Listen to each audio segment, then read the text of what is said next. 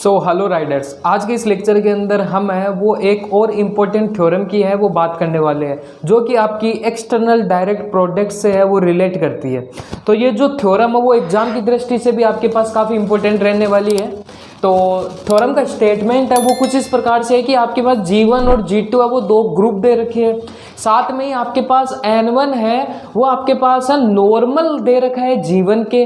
Similarly जो N2 है वो नॉर्मल सब ग्रुप है G2 का। ये दो चीज़ ये दे रखी है। देन इन सब की हेल्प से आपको यहाँ पे शो करनी है दो कंडीशन।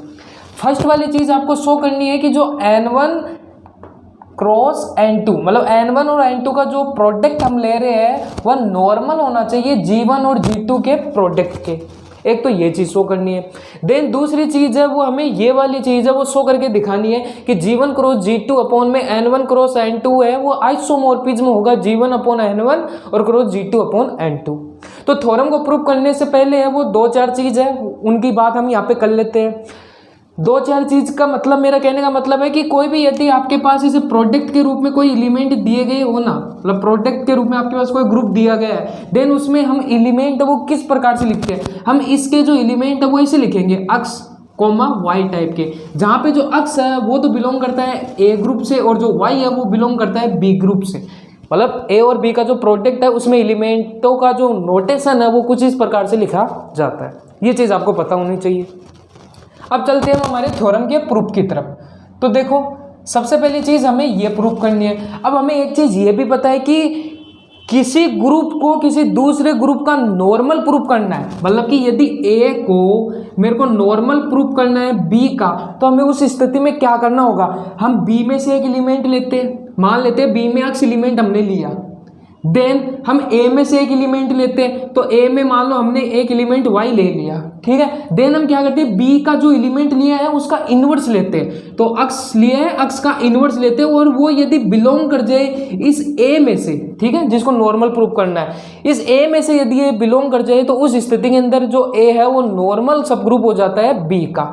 ये वाली चीज़ हमें शो करके दिखानी है। तो यही वाला कॉन्सेप्ट है वो हम इसमें यूज में लेने वाले हैं। तो हम क्या करते हैं इसमें से, मतलब कि इन दोनों में से पहले तो हम कुछ एलिमेंट ले लेते हैं। आपके पास N1 और N2 है, वो दो एलिमेंट है जो बिलोंग कर रहे हैं N1 और N2 के प्रोडक्ट से। सिमिलरली हम यहाँ पे x1 और x2 ले लेते हैं जो बिलोंग कर रहे हैं हमारे G1 और G2 के प्रोडक्ट से, ठीक है। ये चीज़ ये नोटिस कर रही है कि जो N1 है वो बिलोंग कर रहा है N1 से, कैपिटल N1 से, N2 बिलोंग कर रहा है कैपिटल N2 से। सिमिलरली जो x1 है वो G1 से बिलोंग कर रहा है और जो x2 है वो G2 से बिलोंग कर रहा है, ठीक है। नेक्स्ट है वो हम यहाँ पे हमें इसको डायरेक्ट नॉर्मल प्रूफ करना है, तो उसके लिए हम क्या करते हैं कि ये वाला जो ग्रुप है इसमें से एलिमेंट ले लेते हैं। तो इसमें से मान लिया हमारे पास ये वाला एलिमेंट जो हमने लेट किया ये ले लिया, ठीक है। देन हमें इस वाले ग्रुप का एलिमेंट लेते हैं, तो इस वाले ग्रुप का एलिमेंट हमने ले लिया N1 और N2। देन हम क्या करते हैं इस वाले ग्रुप में जो एलिमेंट हमने लिया है उसका हम इन्वर्स लेते हैं, x1 x2 का इन्वर्स, ठीक है। इनकी हेल्प से हम दिखाते हैं कि क्या ये चीज़ हमारे पास N1 क्रॉस N2 से आ रही है कि नहीं आ रही है। तो चलो देखते हैं। तो सबसे पहले हम क्या करते हैं इनको है वो प्रोडक्ट करवाते हैं यहाँ पे। तो x1 की यहाँ पे N1 से करवाते हैं, तो x1 N1 हो गया, कोमा सिमिलरली x2 की N2 से करवा देते हैं। इसका काम ये हो गया। इनवर्स है तो इनवर्स को सीधे सिंपल ऐसे लिख लेते हैं x1 inverse coma x2 inverse, ठीक है। देन अब वापस वही वाली चीज प्रोडक्ट लेते हैं यहाँ पे, x1 N1 का लेते हैं फर्स्ट वाले एलिमेंट x1 इनवर्स से, कोमा x2 N2 का लेते हैं इसके एलिमेंट x2 इनवर्स से। अब यदि यहाँ पे हम ये चीज़ शो कर दें कि ये N1 से बिलोंग कर रहा है और ये N2 से बिलोंग कर रहा है, तो ये पूरा का पूरा N1 क्रॉस N2 से यदि बिलोंग करता है तो हमारा ये बेस्ट पार्ट है वो प्रूफ हो जाएगा। तो देखो कैसे करते हैं, यहाँ पे N1 और N2 से बिलोंग कर रहा है कि नहीं कर रहा है। अब एज हम जानते हैं कि जो x1 है वो किस में से बिलोंग कर रहा है, x1 है वो G1 में से बिलोंग कर रहा है, ठीक है। N1 है वो किस में से बिलोंग कर रहा है, इस N1 में से बिलोंग कर रहा है। ये वाली चीज़ है वो हमें दी गई है, हमने लेट की थी। साथ में ही है वो हमें क्वेश्चन में एक चीज़ दे रखी है कि N1 है वो नॉर्मल है किसके, G1 के। ये चीज़ हमें दे रखी है। तो ये क्या इंप्लाइज करता है कि हम G1 का नॉर्मल की वही वाली चीज़ कॉन्सेप्ट हम काम में लेने वाले हैं कि G1 का हम एक एलिमेंट ले, तो G1 का हमारे पास एलिमेंट क्या है x1, देन n1 का एलिमेंट लेना है, तो n1 का एलिमेंट हमारे पास क्या है, स्मॉल n1। और देन हम क्या करते हैं, g1 का जो एलिमेंट लिया उसका इनवर्स, x1 इनवर्स, और ये बिलोंग करता है किस में से, n1 में से। ठीक है, तो आप देख लो, कंपेयर कर लो, ये वाली चीज ही ये वाली है, इसका मतलब ये वाली चीज है वो किस में से बिलोंग कर रही है, n1 में से। सिमिलरली सेकंड वाले के लिए देखते हैं। सिमिलरली x2 है, आपको पता है g2 से बिलोंग कर रहा है, यहाँ पे x2 है वो g2 से बिलोंग कर रहा है, मैंने पहले बताया। और n2 है वो किस में से बिलोंग कर रहा है, कैपिटल n2 में से। और क्वेश्चन में दिया है कि n2 है वो नॉर्मल है g2 के, तो ये चीज क्या इंप्लाई करती है कि g2 से एलिमेंट लेना है, तो g2 का एलिमेंट x2 है, देन n2 से एलिमेंट लिया तो वो n2, और देन इसका इनवर्स x2 इनवर्स, ये किस में से बिलोंग करना चाहिए, n2 में से। ठीक है, तो इसका मतलब ये वाली चीज किस में से बिलोंग कर रही है, n2 में से। तो इसका मतलब हमारे पास ये जो प्रोडक्ट है वो किस प्रकार से आ रहा है, इसको डायरेक्ट हम कैसे लिख दें, n1 क्रॉस n2 से हमारे पास ये वाली चीज है, ये वाले एलिमेंट है वो निकल के आ रहे हैं। तो हमने ये दिखा दिया कि हमने जो ये एलिमेंट लिया है वो बिलोंग किस में कर रहा है, n1 क्रॉस n2 से। इसका मतलब हमारे पास n1 क्रॉस n2 है वो आइसोमॉर्फिक हो गया g1 क्रॉस g2 से। यही वाली चीज तो हमें शो करके दिखानी थी। तो हैंस, तो यहाँ पे लिख सकते हो आप, हैंस n1 क्रॉस n2 है वो यहाँ पे नॉर्मल हो गया किसके, g1 क्रॉस g2 के। ठीक है, सो अब है वो हम चलते हैं हमारे सेकंड वाले पार्ट के। स्टूडेंट जो सेकंड वाला पार्ट है इसके अंदर हमें इसको है वो इसका आइसोमॉर्फिक दिखाना पड़ेगा। तो इसके लिए हम क्या करते हैं, सबसे पहले हम यहाँ पे एक मैपिंग डिफाइन कर लेते हैं। तो मैपिंग कहाँ से कहाँ तक जाएगी, मैपिंग हम डिफाइन करते हैं यहाँ पे g1 क्रॉस g2 से g1 upon n1 cross g2 upon n2, ये हमने एक मैपिंग डिफाइन कर ली। देन हम क्या करते हैं, हमारे पास जो ये मैपिंग है इसको यदि हम होमोमॉर्फिज्म और ऑन टू प्रूव कर दे तो उसके बाद में हमें वो फंडामेंटल थ्योरम का यूज में लेते हुए है इस चीज़ को प्रूव कर सकते हैं। देखो कैसे, तो यहाँ पे मैपिंग डिफाइन करते तो सच डेट एलिमेंट किस प्रकार के होंगे कि फाई ऑफ, इसमें से एलिमेंट हमने लिया, इसमें से एलिमेंट हम है वो x1 और x2 टाइप के यहाँ पे ले रहे हैं। ठीक है, डेट इज इम्प्लाइज। अब आपको पता है ये सारे कोसेंट ग्रुप है, तो कोसेंट ग्रुप के एलिमेंट किस प्रकार से दिखाते हैं हम कि नीचे वाला तो ऐसे कैसे लिखते हैं, g1 का एलिमेंट, तो g1 का एलिमेंट हमने क्या ले रखा है, x1, फिर कॉमा आ जाएगा क्रॉस की जगह। ठीक है, सिमिलरली वही n2 और g2 का एलिमेंट क्या हो जाएगा, x2। कोसेंट ग्रुप को डिनोट करने का हमने तरीका पहले सीख रखा है। देन अब यहाँ पे हम चीज़ें प्रूव करेंगे। सबसे पहले हम यहाँ पे प्रूव करेंगे हमारे पास जो मैपिंग हमने फाइल ली है वो होमोमॉर्फिज्म है। तो होमोमॉर्फिज्म के लिए हम क्या करते हैं कि यहाँ पे सबसे पहले हम एलिमेंट लेके चलते हैं यहाँ पे इस वाले ग्रुप से। तो लेट करते हैं होमोमॉर्फिज्म के लिए, लेट x1 x2, एक तो ये ले लेते हैं, सिमिलरली एक ले लेते हैं हम y1 y2। ठीक है, और ये बिलोंग किस में करवाते हैं, g1 क्रॉस g2 से। तो ये हमने यहाँ पे एलिमेंट ले लिए। ठीक है, नेक्स्ट हम यहाँ पे क्या करते हैं कि मैपिंग के अंदर फाई के अंदर हम ये दोनों का दोनों चीज़ें यहाँ पे ले लेते हैं, x1 x2 और y1 y2।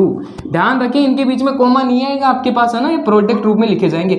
यदि हम इस मैपिंग को इंडिविजुअल अलग अलग यदि दिखा दें यहाँ पे, मतलब फाई ऑफ x1 x2 और product of phi of y1 y2 ऐसे अलग अलग दिखा दे तो हमारी जो मैपिंग है वो होमोमॉर्फिज्म होती है। हमने पहले के लेक्चर के अंदर देखी है ये वाली चीज़ें।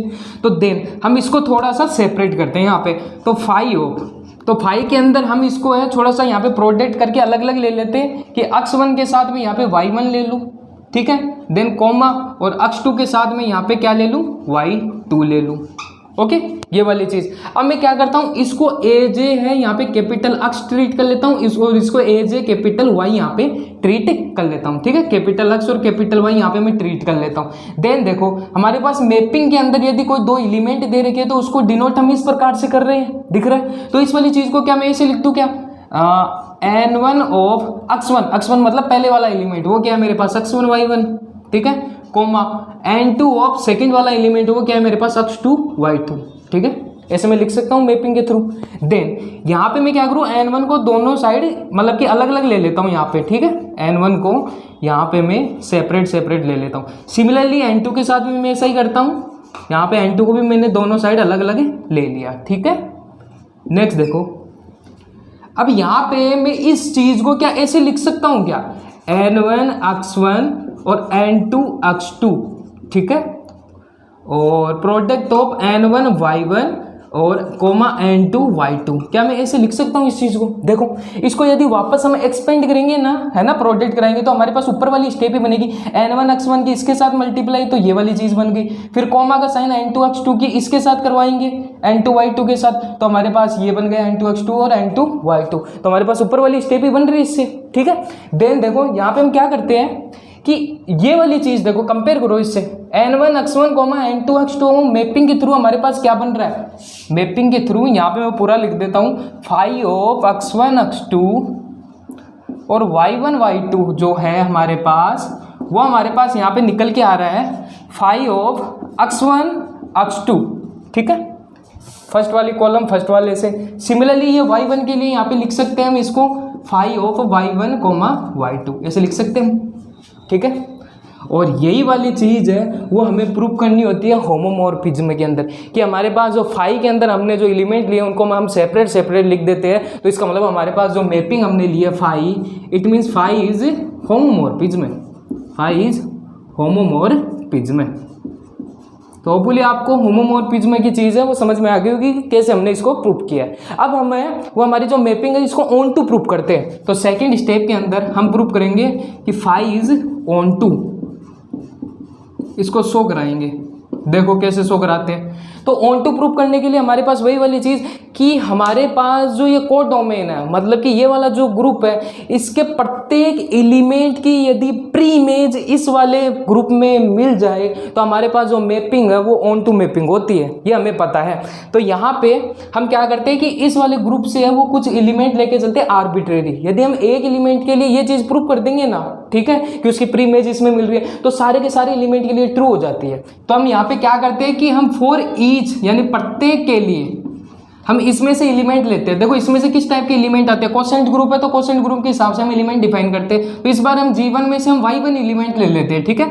और N1 है तो N1 ऐसा का ऐसा लिखा जाता है कोसेंट ग्रुप की, कोसेंट ग्रुप में रिप्रेजेंट करने का यही तरीका होता है, गुणा को कोमा में चेंज कर देते हैं और G2 में Y2 एलिमेंट ले लेते हैं और कोसेंट ग्रुप N2 ऐसा कैसा रहता है। ये किस में से बिलोंग कर रहा है, G1 upon N1 cross G2 upon N2, इसमें से हमने एक एलिमेंट लिया। देन अस्तित्व होगा हमारे पास इस वाले ग्रुप से एलिमेंट। तो इस वाले ग्रुप में हमने मतलब G1 और G2 से क्या एलिमेंट लिए, हमने Y1 और Y2 लिए है ना, जो बिलोंग कर रहा है G1 क्रॉस G2 से, कि ये जो एलिमेंट हमने इस वाले ग्रुप से लिया है उसके लिए अस्तित्व हो गया हमारे पास Y1 Y2 जो कि इस ग्रुप में बिलोंग कर रहा है, कि सच डेट जब हम इन एलिमेंटों की मैपिंग ले फाई ऑफ Y1, Y2 तो वो हमारे पास क्या आ रही है। देखो मैपिंग हमारे पास क्या आती है, इस टाइप की आती है हमारे पास, N1 X1 की जगह Y1 हो जाएगा, कोमा N2 और X2 की जगह Y2 हो जाएगा, इसके इक्वल आ गई मैपिंग, ठीक है। अब देखो ये एलिमेंट है वो G1 upon N1 cross G2 upon N2 से, तो हमारे पास ये है वो सीधा है वो यहाँ पे ट्रू होके आ गया कि इससे लिए गए प्रत्येक एलिमेंट की प्री इमेज है वो हमें इस G1 क्रॉस G2 से मिल रही है, इससे मिल रही है। इसका मतलब हमारे पास जो फाई है वो क्या हो गया, onto. It means phi is onto, सीधा प्रूफ हो गया। अब हम क्या करेंगे, हमारे पास जो फंडामेंटल थ्योरम ऑफ होमोमॉर्फिज्म वाली है ना उसका हम यहाँ पे यूज में लेने वाले हैं। सो नाउ अब यूज लेंगे, now using fundamental theorem of homomorphism, इसका हम यूज में लेते हैं। थ्योरम के अनुसार हमारे पास क्या होगा कि हमारे पास जो ग्रुप है G1 क्रॉस G2 जो मैपिंग हमने ली थी और नीचे हमारे पास है वो कर्नल फाई आता है, मतलब जो मैपिंग हम ले रहे हैं ना उसका कर्नल आता है, वो आइसोमॉर्फिक होता है जो इक्वल में हमने मैपिंग ली थी उसके G1 upon N1 cross G2 upon N2, ये वाली चीज़, ठीक है। फंडामेंटल थ्योरम ऑफ होमोमॉर्फिज्म से हमने ये वाली चीज़ लिख दी। अब हमारा यहाँ पे काम क्या होगा कि हमारे पास जो डिनोमीटर में कर्नल फाई है इसकी वैल्यू यदि हमारे पास N1 क्रॉस N2 निकल के आ जाए तो देन हमारे पास ये चीज़ है वो प्रूफ होके आ जाएगी। तो हमारा काम क्या होगा, कर्नल फाई को है वो रिप्लेस करना N1 क्रॉस N2 से। देखो कैसे, क्योंकि कर्नल फाई में किस टाइप के एलिमेंट आते हैं, कर्नल फाई के अंदर ये जो इसके ऊपर जो ग्रुप है उसके वे एलिमेंट आते हैं। तो G1 क्रॉस G2 से हमने X1 और X2 एलिमेंट है वो कंसिडर कर लिए जो बिलोंग कर रहा है G1 क्रॉस G2 से, कि सच दैट वे एलिमेंट आते हैं जिनकी इमेज यदि हम ले वो है वो हमारे पास जो सामने वाला ग्रुप है उसके आइडेंटिटी एलिमेंट इक्वल हो। तो आपको पता है कोसेंट ग्रुप के अंदर आइडेंटिटी एलिमेंट हमेशा जो डिनोमीटर नीचे वाले जो एलिमेंट होते हैं वही होते हैं। तो यहाँ पे डिनोमीटर में क्या है, n1 और n2 है, n1 और n2 है, यही इसके क्या है आइडेंटिटी एलिमेंट, इसके इक्वल आने चाहिए। अब देखो इसको हम थोड़ा सा एक्सपेंड करते हैं। हमारे पास x1 x2 है, वो बिलोंग कर रहा है g1 क्रॉस g2 से। देन अब मैपिंग हमें पता है फाई ऑफ x1 x2, हमने मैपिंग देखी थी अभी भी, फाई ऑफ x1 x2 वो हमारे पास क्या निकल के आ रहा था, n1 x1 n2 x2 ऐसा निकल के आ रहा था हमारे पास मैपिंग में। ठीक है, तो इसकी जगह मैं ये लिख दूँ n1 x1 n2 x2 और इक्वल में मेरे पास क्या है n1 n2। ठीक है, नेक्स्ट देखो, नेक्स्ट मैं क्या करता हूँ, दोनों साइड यहाँ पे अब कंपेयर कर देता हूँ। ये g1 क्रॉस g2 चल ही रहा है। ठीक है, अब मैं क्या करता हूँ दोनों साइड कंपेयर कर दूँ। तो यहाँ पे n1 x1 है वो तो इक्वल हो गया n1 के, एंड n2 x2 है वो इक्वल हो गया यहाँ पे n2 के। ठीक है, नेक्स्ट देखिए, तो क्लोजर की प्रॉपर्टी है वो हमें पता है, क्लोजर की प्रॉपर्टी के अनुसार हमें पता है यदि ये वाली चीज n1 x1 n1 के इक्वल है तो ये चीज ये बिलोंग करती है कि x1 है वो बिलोंग करता है n1 में से। ठीक है, ये चीज ये डिनोट कर रही है। सिमिलरली x2 है वो बिलोंग करेगा n2 से। क्लोजर की प्रॉपर्टी जो ये वाली चीज है वो यहाँ पे डिनोट हो रही है। अब हमें ये दिख रहा है कि हमारे पास जो इस कर्नल फाई में एलिमेंट है वो x1 x2 टाइप के है। ठीक है, अब लेकिन यहाँ पे हमें दिख गया है कि x1 है वो n1 में से बिलोंग कर रहा है, x2 है वो n2 में से बिलोंग कर रहा है। इसका मतलब x1 और x2 है वो किस में से बिलोंग करेगा, n1 क्रॉस n2 से। तो इसका मतलब यहाँ पे फाइनली हम क्या लिख दें कि कर्नल फाई के अंदर n1 क्रॉस n2 टाइप के एलिमेंट है वो निकल के आएंगे। तो वही वाली चीज क्या करें, इसको इक्वेशन नंबर 1 दे देते। इक्वेशन 1 में कर्नल फाई की वैल्यू हम यहाँ पे पुट कर देते हैं। तो इक्वेशन 1 में जब कर्नल फाई की वैल्यू हम पुट करें तो कर्नल फाई की जगह हम n1 क्रॉस n2 यदि यहाँ पे लिख दें तो यही वाली चीज़ तो हमें प्रूफ करके दिखानी थी। ठीक है, तो होपफुली आपको पूरी की पूरी है वो प्रोसेस समझ में आ गई होगी कि कैसे हमने ये जो एक्सटर्नल डायरेक्ट प्रोडक्ट की जो थ्योरम है इसका स्टेप बाय स्टेप है वो सॉल्यूशन यहाँ पे किया है। किसी भी प्रकार का डाउट हो तो कमेंट सेक्शन में आप बता सकते हो। तो मिलते हैं एक नए लेक्चर के साथ, तब तक के लिए सी यू।